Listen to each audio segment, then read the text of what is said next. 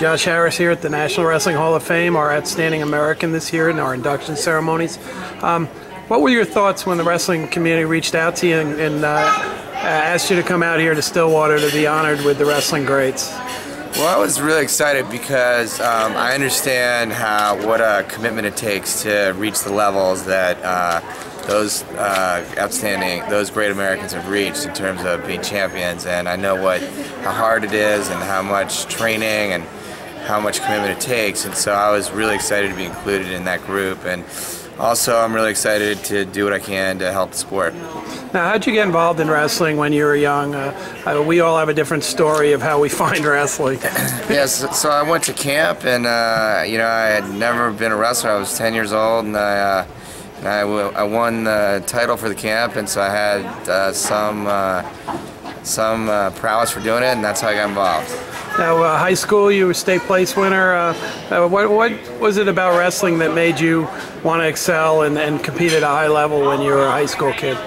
Well, what I started figuring out is that you know, when I worked hard and I trained and I ran, I lifted, I did better, and it started to build on itself, and I started to enjoy the success. And when I didn't work hard, you know, I would be, you know, pushed all over the mat and whipped. So I like that sort of challenge of working hard and seeing the tangible results. And I also like being on a team. I like the team aspect of it and the camaraderie, and I also like being in shape. So what I didn't love is the dieting. Right, sure. But you were a lightweight, right? Yes, I had to diet down quite a bit, but it was a really nice experience for my life.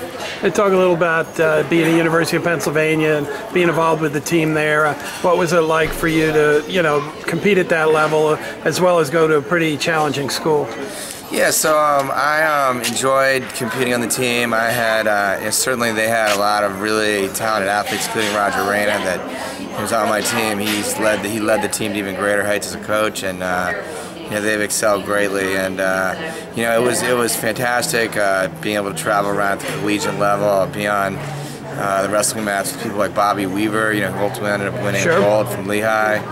And I really enjoyed it, and the only issue was obviously the school was really challenging, and I was having to cut a lot of weight, and so that ended my career sort of before 4 years, but it was a lot of fun while I was doing it. Other than that, I'll never forget you know, kind of doing my matches on Saturday and then going out Saturday night and coming in Monday and being like 15 pounds overweight and having to get back to that 118-pound target. So that was the least fun, but other than that, it was great. So talk a little about your decision to get involved in business. You went to Wharton, which is an outstanding business school, and you were able to translate that into a successful career in business.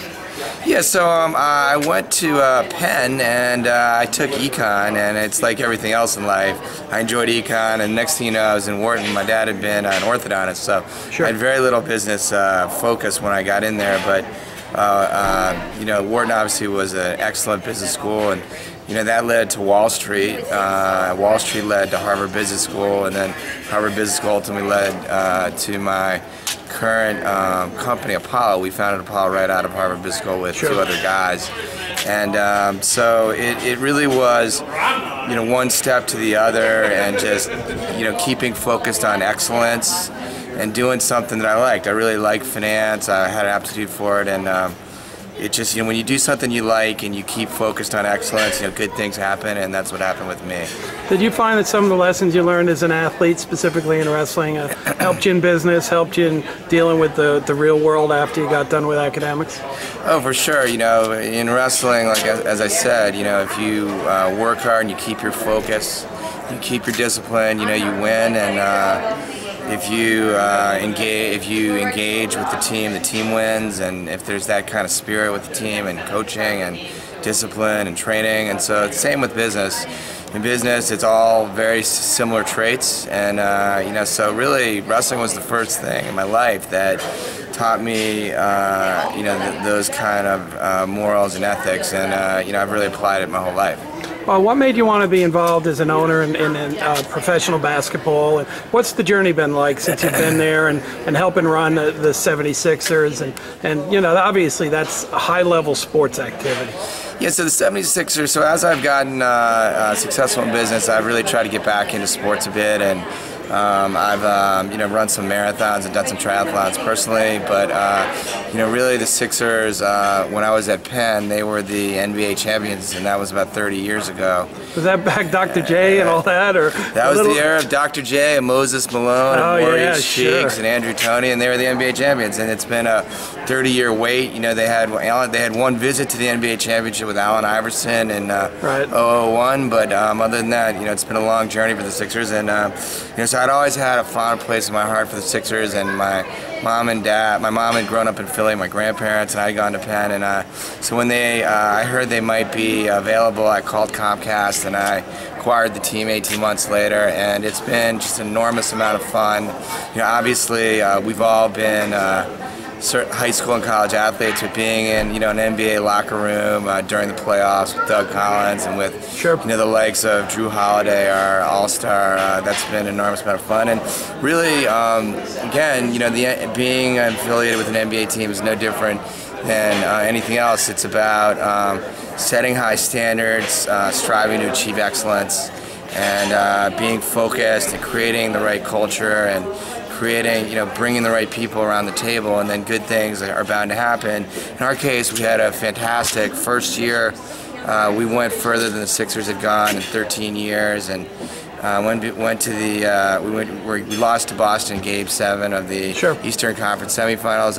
My second year, we made a big trade for Andrew Bynum, much hailed, but injuries are part of sports, and he got injured right away, and so it was a tougher year for us. But I'm confident that if we build a culture and an organization, steeped in excellence, that ultimately the Sixers will be return to their winning tradition that they had for so many years, and I'm excited about it. It's a lot of fun.